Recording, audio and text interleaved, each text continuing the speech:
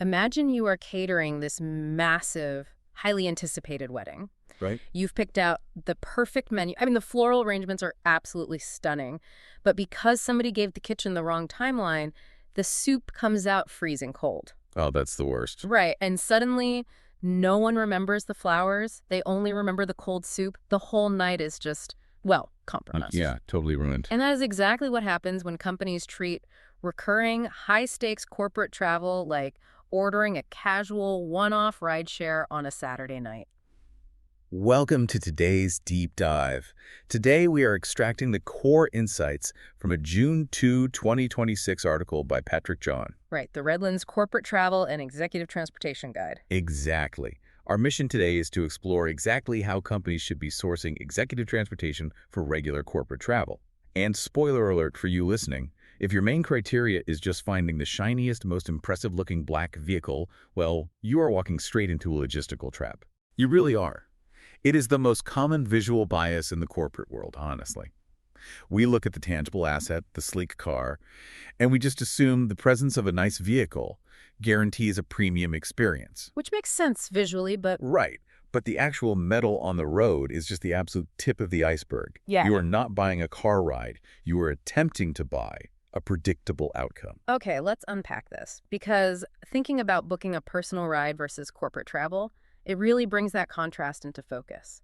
When you pull out your phone for a personal ride, tap a button, and a car shows up, that is like making yourself a sandwich. A sandwich, okay, I like that. Yeah, it's incredibly simple, it's low stakes, and if the bread happens to be a little stale, well, it's just you eating it, you brush it off. Yeah, you survive.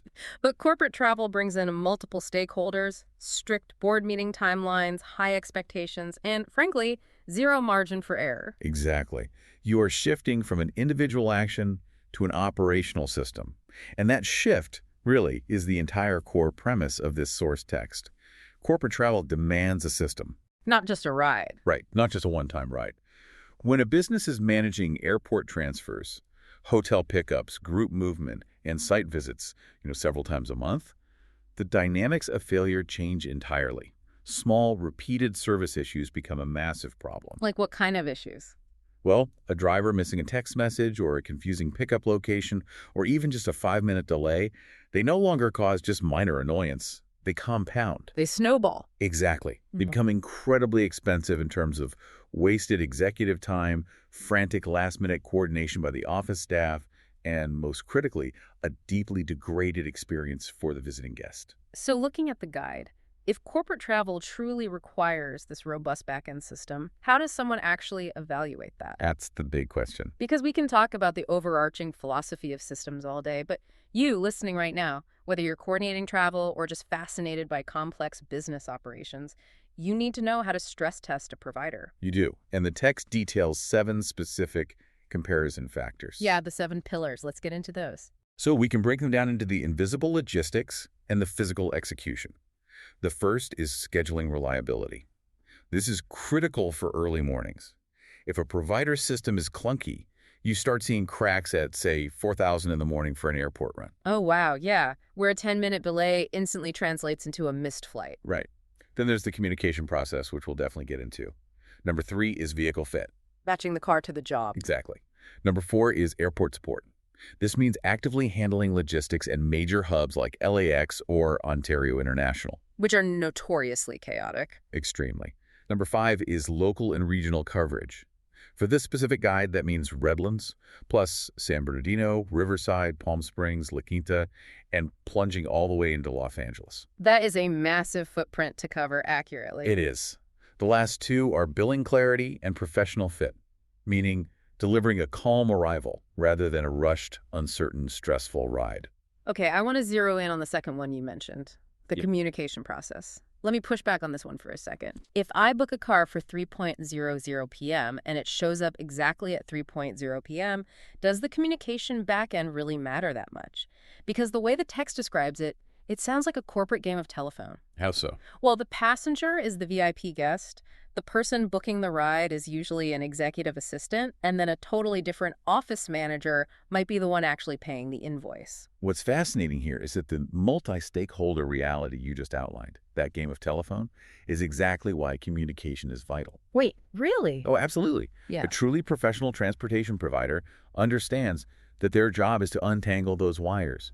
They know precisely who needs the status updates, who has the authority to approve a last-minute change, and who gets the receipt. Oh, so they don't bother the guest with it. Exactly. Right. If the provider doesn't understand that dynamic, they end up texting the VIP guest about a billing issue or asking them to confirm a routing change. That instantly shatters the polished experience. The guest should never be burdened with the mechanics of their own movement. Okay, I see.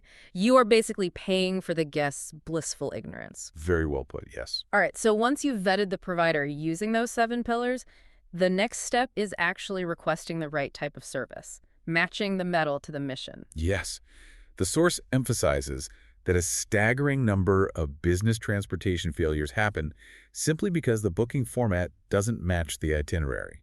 You request the wrong tool for the job. Exactly. So let's look at the distinct use cases. A classic black sedan works perfectly for 1 to 2 passengers traveling light. Point to point. Right, simple point to point. But if you have an executive flying in for a week-long stay, they have massive suitcases, maybe a garment bag. That requires an SUV. For the cargo space. Yes. Necessary space for airport arrivals and luggage, plus more comfort for long regional trips. And then there's the Sprinter van. Ah, the Sprinter. When is that essential? Whenever you need to keep small teams or corporate groups together, if you have site visits across Redlands or a corporate retreat, trying to coordinate 3 separate sedans is a logistical nightmare. You're just multiplying your points of failure. Exactly. People get separated, cars arrive at different times. Huh. A Sprinter van holds the timeline together. Okay, so that covers the vehicle types. Yeah. But the guide also details the service formats, drawing a hard line between point-to-point service and hourly chauffeur service. Point-to-point is straightforward, efficient for simple one-way travel. But here's where it gets really interesting. Okay. I have to question the heavy recommendation for hourly service in the text. Why book hourly? Isn't that just paying a driver to sit empty in a parking lot while an executive is inside a 3-hour meeting? It looks like that on a spreadsheet, sure. But what you are actually purchasing with hourly service is crucial flexibility. It's time insurance. Time insurance. I like that. Right. Consider a highly fluid itinerary. An executive has a morning meeting that might run late, a multi-stop schedule, and an uncertain return time to Ontario International for their flight. Oh, man, if you book point-to-point for that, you're stuck. Completely. You force the executive to adhere to rigid pickup times. If a meeting runs 30 minutes over, the assistant is frantically calling to rebook, or the scheduled car leaves for another job. And the VIP is left standing on the curb. Exactly. Hourly service eliminates the stress of constantly rebooking or waiting for a new dispatch. The car is dedicated exclusively to that passenger. It waits and adapts instantly. You're not paying for the car to sit empty. You are paying for the ironclad guarantee that the vehicle is instantly available the very second the VIP walks out the door. You've got it. That distinction changes the entire value proposition. All right, so the provider is vetted, the vehicle is chosen, we're booked hourly, the external system is flawless. But the text pivots here, focusing on the business itself. The company has to standardize its own internal requests to avoid, essentially, self-sabotage. Yes, dropping the ball internally. The guide strongly advocates for a strict internal booking playbook. Ad hoc booking is a recipe for disaster. Looking at this internal checklist, it's intense. It says you need the passenger's full name, mobile number, exact addresses, dates, requested pickup time, vehicle preference, luggage count, flight details, billing method, and the internal contact. Yes, and standardizing that is non-negotiable. Let's talk about the flight details and mobile number piece, because if an assistant just says, hey, my boss is landing at LAX around 3, that's not enough, is it? Not even close. If the flight gets diverted, the provider has no way to track it. And without the mobile number, when the guest finally lands, the driver can't text them to coordinate the pickup. So the passenger turns their phone on, sees nothing, and the panic sets in. Exactly. You actively induce stress by missing a data point. Standardizing this internal playbook and booking early prevents these high-demand availability issues and logistical breakdowns. And a massive part of that playbook brings us back to billing clarity. The text breaks down the variables of pricing. It's not just a mileage estimate. Right. A proper quote accounts for wait time, after-hours pricing, cancellation terms, and stops. And there is such a human element to this. There is nothing worse than treating a VIP client to a high-end experience, having this seamless ride, and then forcing them to awkwardly handle the payment in the back seat as they pull up to the hotel. Oh, it's incredibly awkward. Completely shatters the illusion of hospitality. If we connect this to the bigger picture, centralized billing prevents these awkward interactions entirely. When billing is handled on the back end, the passenger just steps out of the vehicle feeling taken care of. They just say thank you and walk away. Exactly. And this reinforces a critical rule from the source. Do not choose your provider based on the lowest quoted price. Because a rock-bottom price means they're stripping away the back-end system we just talked about. Exactly.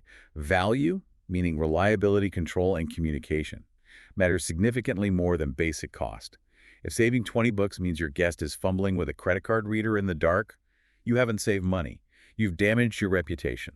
So, to bring it all together for you listening, when is all this effort actually worth it? We need to balance the scales by looking at the specific pros and cons outlined in the text. Right, because it's not a magic bullet for every single situation. Exactly.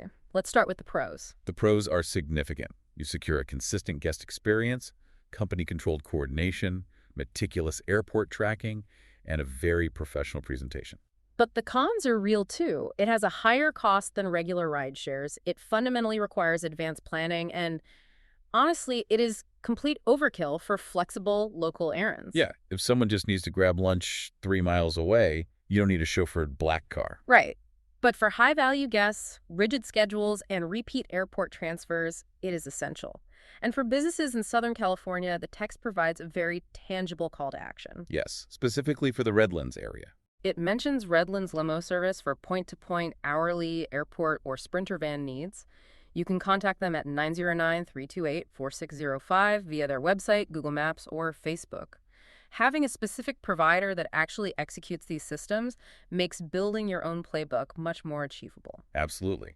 They understand those regional complexities like Ontario International or San Bernardino traffic. So what does this all mean?